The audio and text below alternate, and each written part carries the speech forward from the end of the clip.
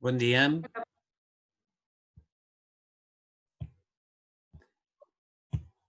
¿Cómo andan tanto tiempo? Hola, profe, ¿cómo anda? ¿Me extrañaron? Mentira. Hola, Es profe, ¿cómo mentirosa, anda? Melanie.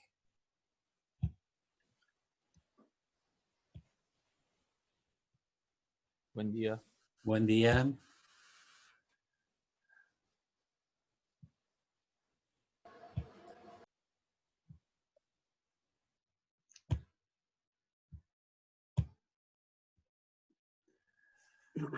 Bueno. ¿Cómo los trató la primavera? ¿Cómo pasaron su día? Bien, profe. Estuvo bueno. Qué bueno. Imagino que unas jodas salieron. Sí, Sí, sí. Una re joda. Bueno, Ojalá no se pueda hacer nada. campo. ustedes vieron que el Día del Estudiante siempre llueve, corre viento y esas cosas. Este año no, estuvo bueno. Justo que no podían hacer nada. Mal. Estuvo tremendo. Bien, Aldana, dice, con mucha alegría. Bárbaro. Bueno, vamos a tratar de meterle onda entonces. Alergia. Alergia. Uy, leí cualquier cosa, perdón. Bueno, alegría también. Sí. Eso me pasa por leer rápido. Querer hacer 20 cosas al mismo tiempo.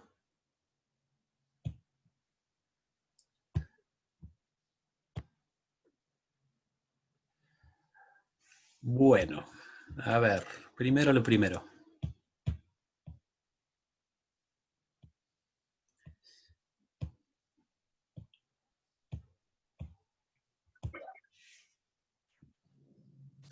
Imagino que ya tienen toda la unidad didáctica hecha. Hola, profe, buen día. Buen día.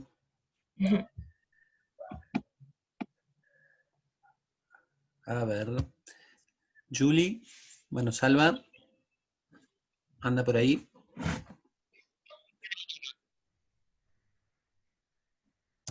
Ezequiel más, sí estaba, ¿o no? Sí, presente.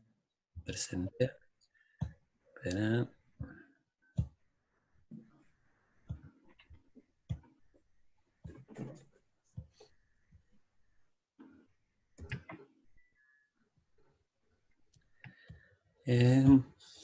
Gonzalo, Mella, Presente. Acá estoy. presente. Emiliano, ahí lo estoy Presente. viendo, presente. Ivana Mena, Presente también. bien. Jorge Meso, seguro que no. Génesis, Presente. bien. Marcos Mesa, Presente. ok. Zoe, también la vi. Aldana está estornudando. Presente. Perdón. Luis Moreno, no. Marcos sí. Gonzalo Navarrete, no lo vi. ¿Está por ahí? Presente. Bien. Aixa.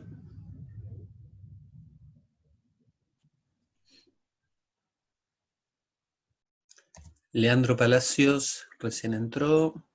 Presente, profe. Ah, justo viene Aixa. ¿Por dónde iba? Alejandro Parada.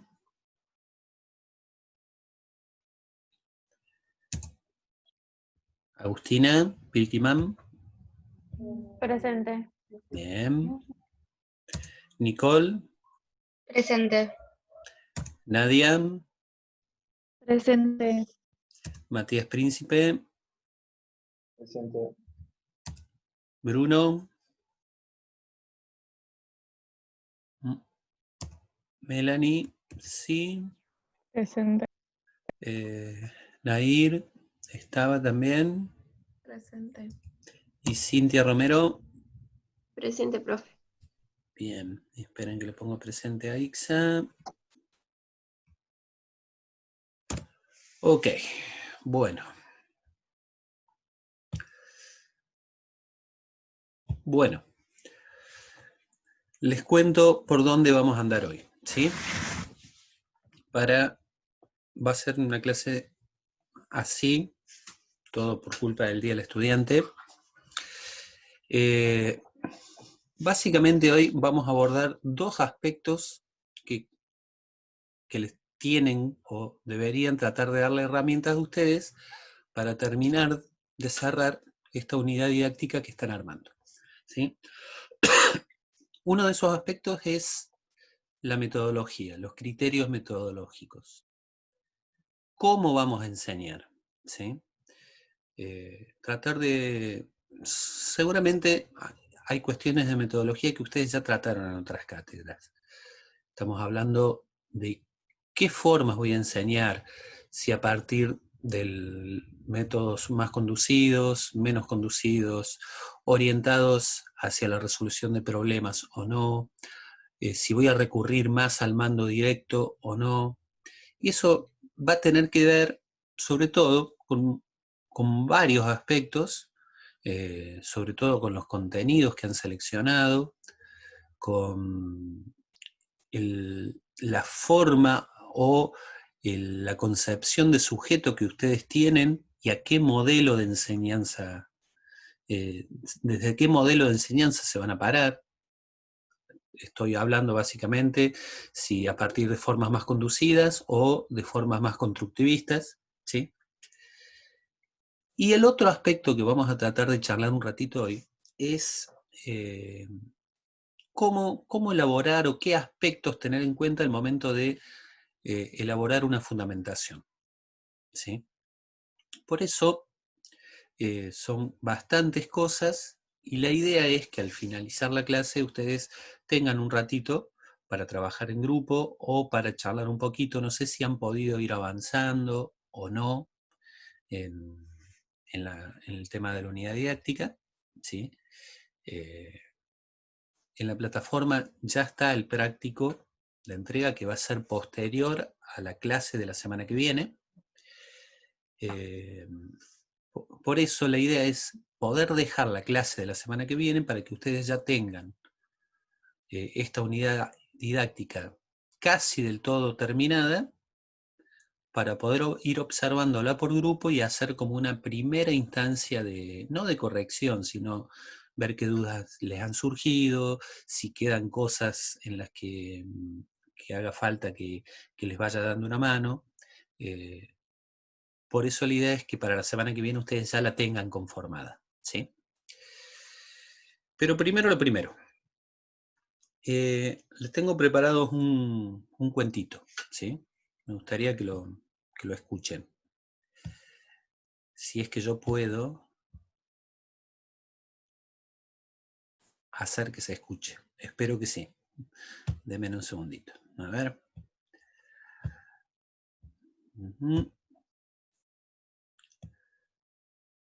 A ver, por acá.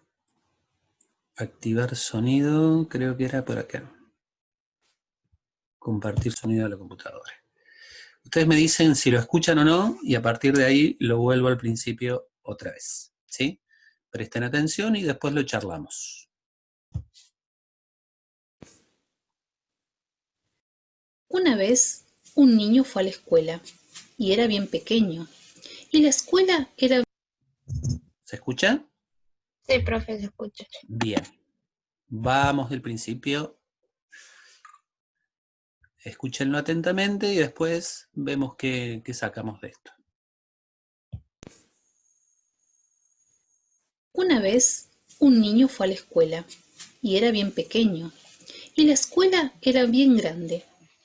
Pero cuando el niño vio que podía ir a su clase directamente desde la puerta de afuera, se sintió feliz, y la escuela no le pareció tan grande. Una mañana, cuando hacía poco que él estaba en la escuela, la maestra dijo: «Hoy vamos a hacer un dibujo». Bien, pensó el niño. A él le gustaba dibujar y podía hacer todas las cosas: soles, leones, gatos, gallinas, vacas, trenes y barcos. Tomó su caja de lápices de colores y comenzó a dibujar. Pero la maestra dijo: «Esperen, no es hora de comenzar». Y él esperó hasta que todos estuvieron listos. «Ahora vamos a dibujar flores», dijo la maestra. Bueno, pensó el niño, a él le gustaba dibujar flores y comenzó a hacer bonitas flores con lápiz rosa, naranja, azul. Pero la maestra dijo: «Esperen, yo les mostraré cómo se hacen». Así. Y era una flor roja con tallo verde. «Ahora sí», dijo la maestra, «ahora pueden comenzar». El niño miró la flor de la maestra y luego la suya. A él le gustaba más su flor que la de la maestra, pero no se lo dijo. Simplemente guardó su papel e hizo una flor como la de la maestra, roja y con el tallo verde. Otro día, cuando el niño abrió la puerta de la escuela de afuera, la maestra dijo: «Hoy vamos a trabajar con plastilina». Bien, pensó él, y podía hacer todo tipo de cosas con plastilina: víboras, muñecos, elefantes, autos, camiones.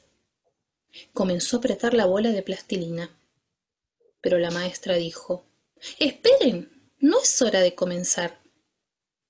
Y él esperó hasta que todos estuvieron listos. «Ahora», dijo la maestra, «nosotros vamos a hacer una víbora». Bien, pensó el niño. A él le gustaba hacer víboras y comenzó a hacer unas de diferentes tamaños y formas. Pero la maestra dijo: «Esperen, yo les mostraré cómo hacer una víbora larga. Ahora pueden comenzar». El niño miró la víbora larga de la maestra. Entonces miró la suya, y a él le gustaba más la suya que la de la maestra. Pero no se lo dijo. Simplemente amasó la plastilina en una gran bola e hizo una gran víbora larga como la de la maestra. Así luego el niño aprendió a esperar y a observar y a hacer las cosas como las de la maestra, y luego él no hacía cosas por sí mismo.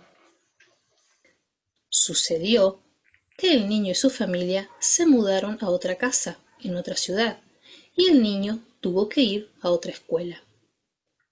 Esta escuela era mucho más grande que la primera, tenía rejas afuera, y para llegar a su salón el niño tenía que subir escaleras y seguir por un pasillo largo. Y justamente el primer día que él estaba allí, la maestra dijo: «Hoy vamos a hacer un dibujo». Bien, pensó el niño, y esperó que la maestra le dijera qué hacer. Pero ella no dijo nada, apenas andaba por el salón. Cuando se acercó al niño, ella dijo: «¿Vos no querés dibujar?». «Sí», dijo el niño, «pero ¿qué vamos a hacer?». «Yo no sé hasta que vos lo hagas», le dijo la maestra. «¿Cómo lo haré?», preguntó él. «¿Y por qué?», preguntó la maestra. «De la manera que vos quieras». «¿Y de qué color?», preguntó él. «De cualquier color», le dijo la maestra. «Si todos usasen los mismos colores e hiciesen el mismo dibujo, ¿cómo podría yo saber quién hizo qué y cuál sería de quién?». «Yo no sé», dijo el niño, y comenzó a hacer una flor roja con el tallo verde.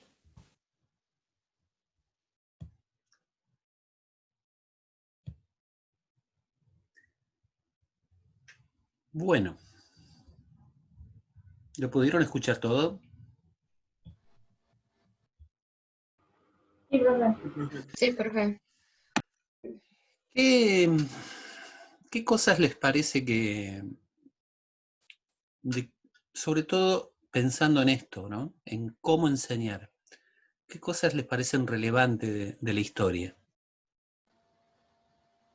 Los ¿Qué cosas métodos hay que por atrás? usaban la escuela o el profesor, el método conductista y después en la otra escuela el método exploratorio. Ujú. Sí, ahí hay una primera diferencia, ¿sí? Todo lo que planteaban en la primera escuela,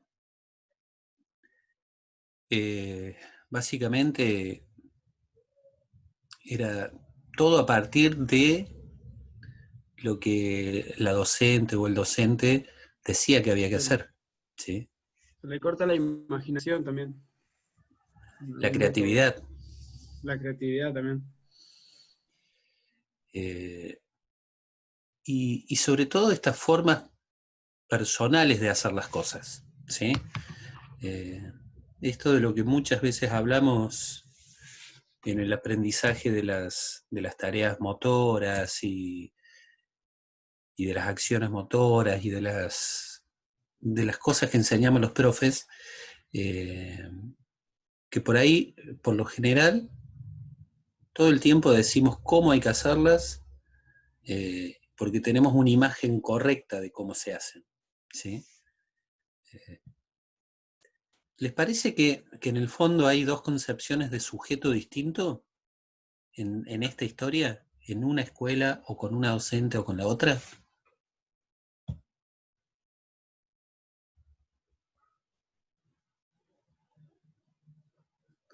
O sea, esas dos seños, ¿sí? Que plantean la misma actividad, ¿conciben a este niño? ¿Lo piensan de una manera distinta? ¿Lo ven diferente?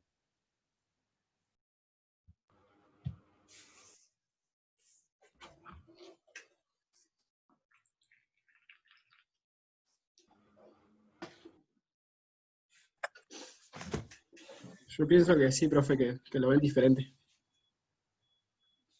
¿Y en qué sentido te parece, Emiliano, que lo ven diferente? Que en una la conciben como en algo que hay que llenar y en la otra como algo que está lleno. El tarro vacío y el tarro lleno que trae cosas. Y básicamente estamos hablando de, miren desde dónde partimos, desde los dos paradigmas, el paradigma de la simplicidad y el de la complejidad.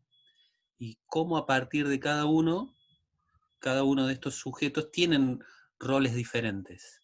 Me refiero al sujeto cuando hablo del niño y la niña que está aprendiendo en cualquier escuela, en el nivel inicial o donde sea, ¿sí? En una de las situaciones, la que decía lo que había que hacer, cómo realizarlo y cuándo realizarlo, era la seño, ¿sí? En una actividad que podía ser del todo creativa como un dibujo, se transformaba en algo nada creativo y que había que hacer la flor que decía la seño. En la otra, se considera este niño como que trae cosas, se lo dice claramente, si todos hiciéramos lo mismo, ¿cómo sabríamos lo que hizo cada uno? ¿Sí? Y la concepción de sujeto en el fondo es diferente, ¿sí? Es diferente porque ese cúmulo de cosas que trae ese chico y esa chica van a dejar plasmado lo que haga. A ver, vamos a dejarnos de cuentos. Vamos a ir a tratar de ver cómo enseñamos los profes, a partir de qué métodos enseñamos los profes. Pero, sin duda, en primera instancia, nosotros tenemos que definir esto de cómo vamos a enseñar a partir de algo, ¿sí?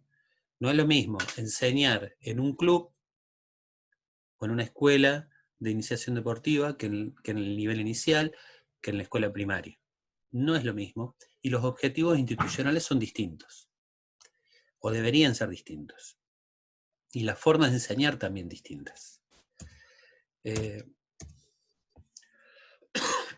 Por eso, estas decisiones que nosotros vamos a tomar, o que ustedes van a tomar, de cómo vamos a enseñar, se tienen que tomar de manera previa a que empecemos a enseñar. Estas decisiones se tienen que tomar durante el proceso de planificación. Es decir, cuando yo empiezo a planificar, cuando empiezo a pensar lo que voy a enseñar, también tendría que empezar a pensar en cómo lo voy a enseñar, ¿sí? Si yo no pienso en el cómo voy a enseñar, puedo definir muy claramente los contenidos, puedo definir muy claramente mis intenciones docentes, pero en el fondo no estaría plasmando lo que yo pienso de estos chicos. Por eso, sí o sí, la forma en que uno va a enseñar, en primera instancia se tiene que tomar en base a cómo concibo yo a este sujeto, a este niño, a esta niña que va a aprender. Y básicamente, para ponerlo en palabras de su compañero, es tarro vacío o tarro lleno. Un sujeto que puede aportar en el proceso de aprendizaje o un sujeto que no puede aportar. Un niño y una niña que tiene experiencias previas y que van a ser tenidas en cuenta, o que no me van a importar nada y que yo voy a enseñar lo que tengan que enseñar independientemente de lo que traigan o lo que no traigan. Es la primera decisión que hay que tomar y no es negociable. Yo no les estoy diciendo tomen una posición o tomen la otra. Les estoy diciendo que si yo no pienso en primera instancia eso, voy a tener mucha confusión en mi manera de enseñar. Pero también tengo que tener otras cosas en cuenta al momento de enseñar y de definir cómo voy a enseñar. Uno de los aspectos importantes a definir, o a tener en cuenta, perdón, es qué contenidos voy a enseñar. No es lo mismo, por ejemplo, una clase de gimnasia donde vaya a enseñar roles, rol adelante, rol atrás, vertical, media luna, con todo el nivel de complejidad que eso implica y con todos los factores de peligro que puede implicar, si yo supongamos hago una clase exploratoria de estos contenidos, a otro tipo de contenidos donde mi forma de enseñar puede ser mucho más abierta y menos conducida. No es lo mismo que esté dando clases en un grupo de enseñanza deportiva donde tengo que trabajar determinadas técnicas, a que esté dando clases en cuarto grado de la escuela 308 de no sé dónde, donde lo que yo quiero que tengan es experiencias motoras variadas, ricas, amplias. Otra de las cosas a tener en cuenta son los saberes previos. Y miren qué cosa extraña. Si yo ya empiezo a tener en cuenta los saberes previos, ya estoy diciendo de qué lado me estoy parando, ¿sí? Porque si yo tengo en cuenta los saberes previos, tengo un punto de partida. Y puedo decir, este chico sabe esto. A partir de acá puedo ir aportando o acompañando el proceso de aprendizaje. También tengo que tener en cuenta cuáles son o cuál es el marco curricular. ¿Qué dice el diseño curricular? ¿Cómo se concibe la enseñanza en el nivel inicial? Nuestro diseño curricular, la referencia. Bien, hay que saberlo leer entre líneas, decir, bueno, a ver, este chico lo ven de determinada forma. Tengo que tener en cuenta la edad de los alumnos, o sea, un montón de cosas. Pero como punto de partida tengo que tener en cuenta mi concepción de sujeto, ¿sí? A partir de ahí puedo ir aportando cosas.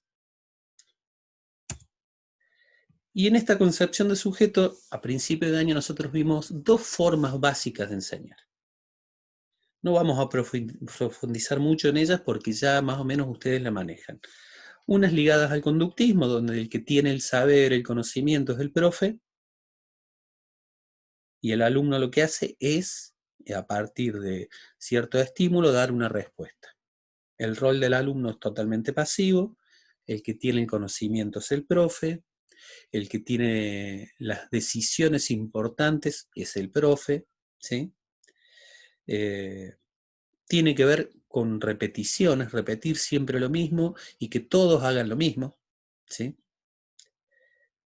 Y la otra forma, o el otro modelo que nosotros visualizamos a principio de año, es el más ligado al constructivismo, ¿sí? Donde acá sí el alumno tiene cosas que aportar. ¿Por qué? Porque todos parten desde lugares distintos, todos saben cosas distintas al momento de llegar a una clase, todos aprenden de maneras distintas, a diferentes ritmos, con diferentes contextos. Y acá la cuestión ya se torna más de ida y vuelta. El profe propone, pero el alumno es el que va construyendo a partir de esa propuesta sus aprendizajes, ¿sí? No vamos a ver, el docente acá acompaña mucho el camino del que aprende, y en el conductismo no acompaña nada. O sea, básicamente vamos a hacer esto, esto, esto y esto, y todos deberían llegar a una determinada respuesta cuando se termine. Pero estos no son métodos de enseñanza, son modelos de donde yo me paro, ¿sí? Me refiero al conductismo y constructivismo. Cuando hablamos de métodos, hablamos de formas muy concretas de enseñar. Hablamos de caminos. Un método es un camino para llegar a un lugar. En este caso, estamos hablando de la planificación docente, por lo tanto, el método está relacionado con las formas de enseñar y con las tareas que va a hacer el docente en el proceso de enseñanza. Tiene que estar ligado este método, como ya dijimos antes, con los alumnos y las alumnas, con su entorno, con los objetivos.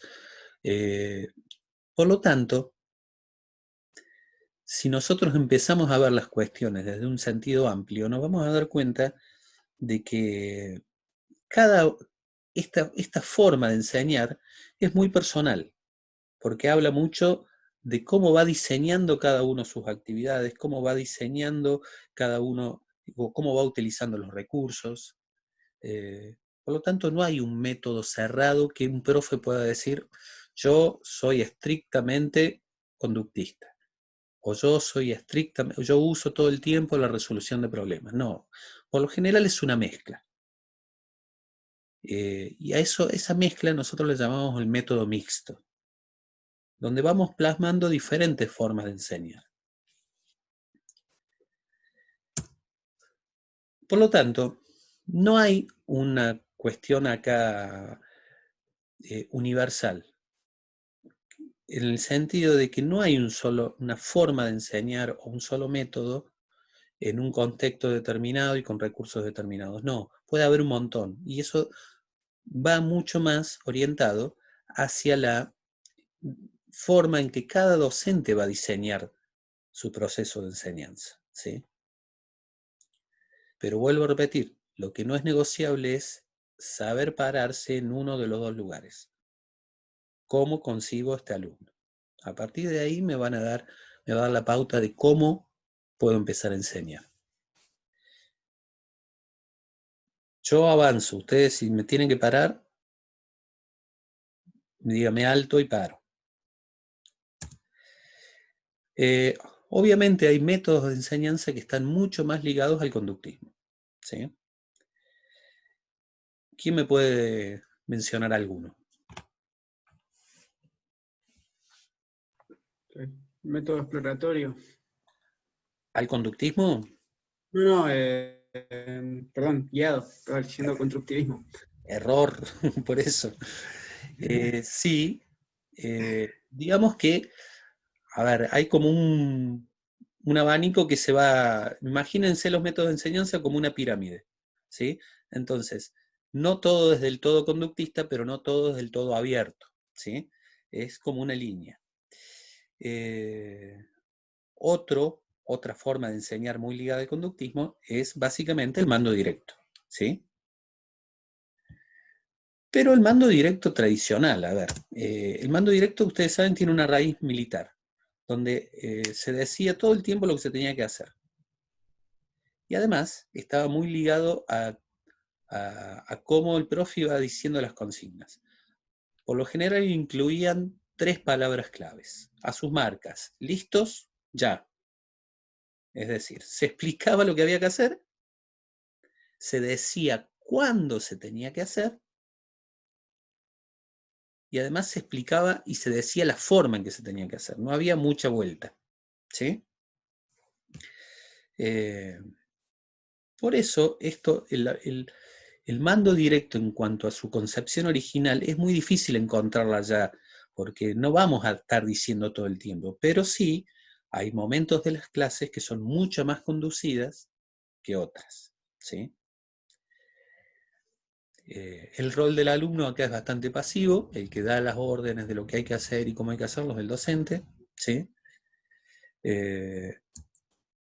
El que tiene el rol principal es el docente, diciendo absolutamente y controlando absolutamente todo lo que se hace en la clase, ¿sí? Y el rol del alumno básicamente es bastante pasivo, lo único que tiene que hacer es actuar en consecuencia a lo que el profe o el docente dice, ¿sí? Esto no significa que si ustedes, por ejemplo, están conduciendo una actividad, no estén dejando dentro de esa actividad un cierto margen para la exploración o para el descubrimiento. Todo depende de qué tanto la quieran conducir, ¿sí?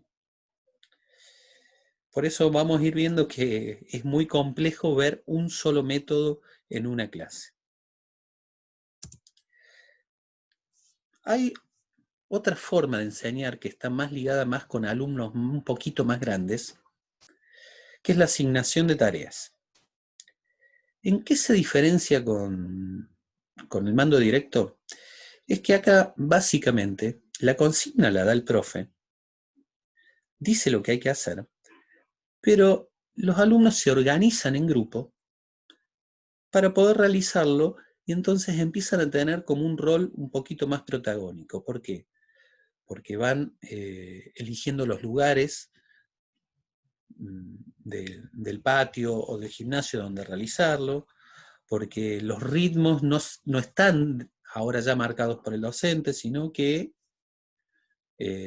empieza a haber como más participación en cuanto a la decisión de cómo comenzar, cuándo comenzar y cómo realizarlo. Pero si bien la tarea está muy, muy conducida por el profe en cuanto a lo que hay que hacer, ¿sí? Por eso es un método bastante ligado al conductismo. Si bien hay un rol un poquito más grande del alumno o de las alumnas, todavía es un modelo conducido.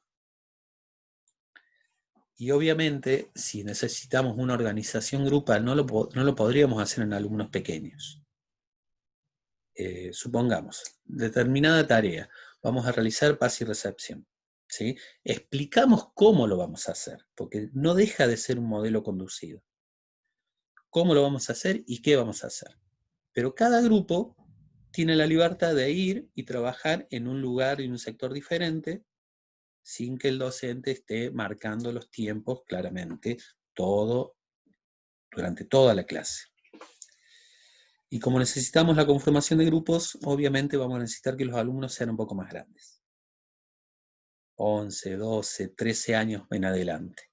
A partir de ahí podemos asignarle tareas a un grupo y que ese grupo lo pueda realizar de alguna forma bastante consciente, ¿sí? Bueno, ya hablamos bastante del rol del profe, acá deja de ser tan protagónico, no es tan profundo el protagonismo del profe, sí es un poquito más amplio el protagonismo del alumno en cuanto a la asignación de tareas. ¿Perdón?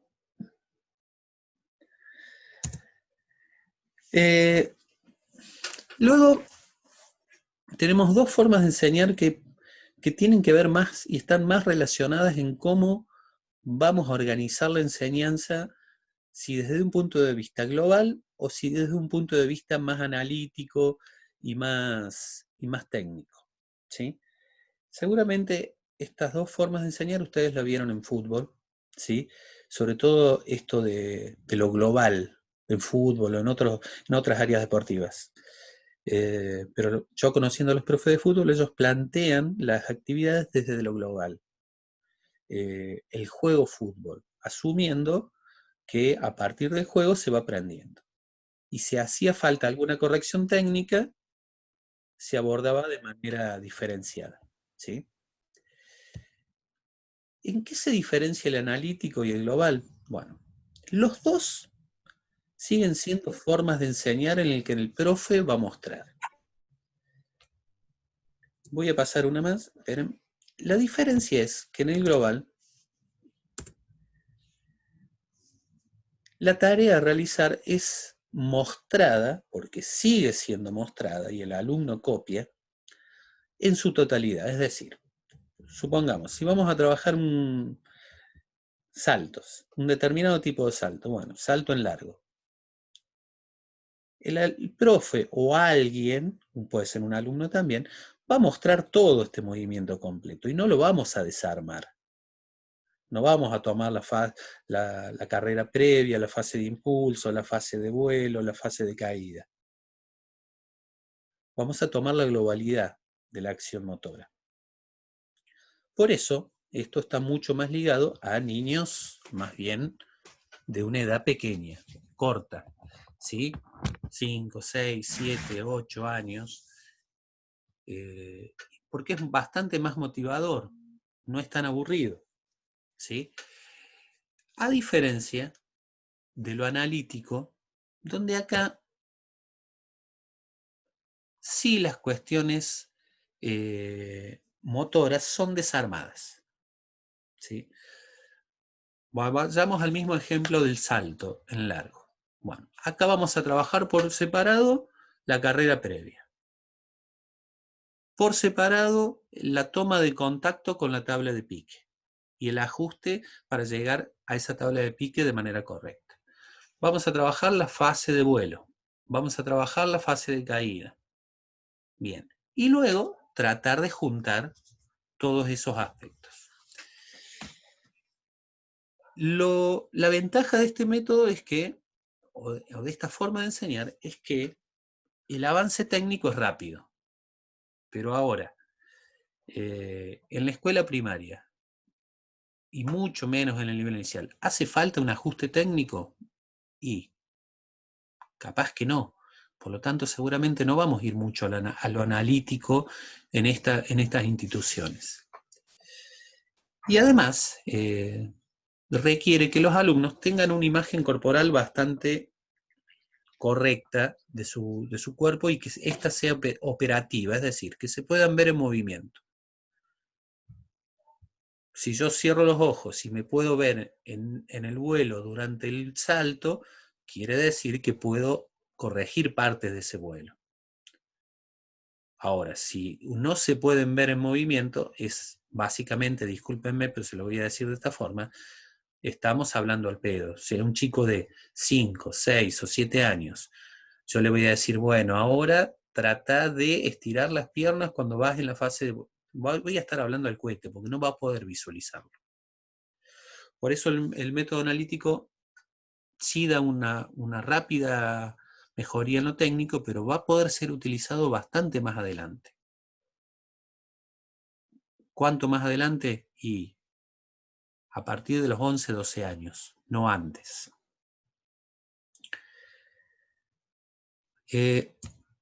Hasta ahora vimos 2 o 3 o 4, formas de enseñar que están muy ligadas al conductismo. Tanto el analítico como el global necesitan modelos sobre los cuales basarse. Es decir, los profes tienen que mostrar. Ahora, cuando volvamos, vamos a ir más a lo que está ligado al constructivismo. Nos vamos a desconectar y nos conectamos de nuevo, si les parece, porque se va a cortar. ¿Sí? Bueno, profe. Vamos. Vuelvan todos.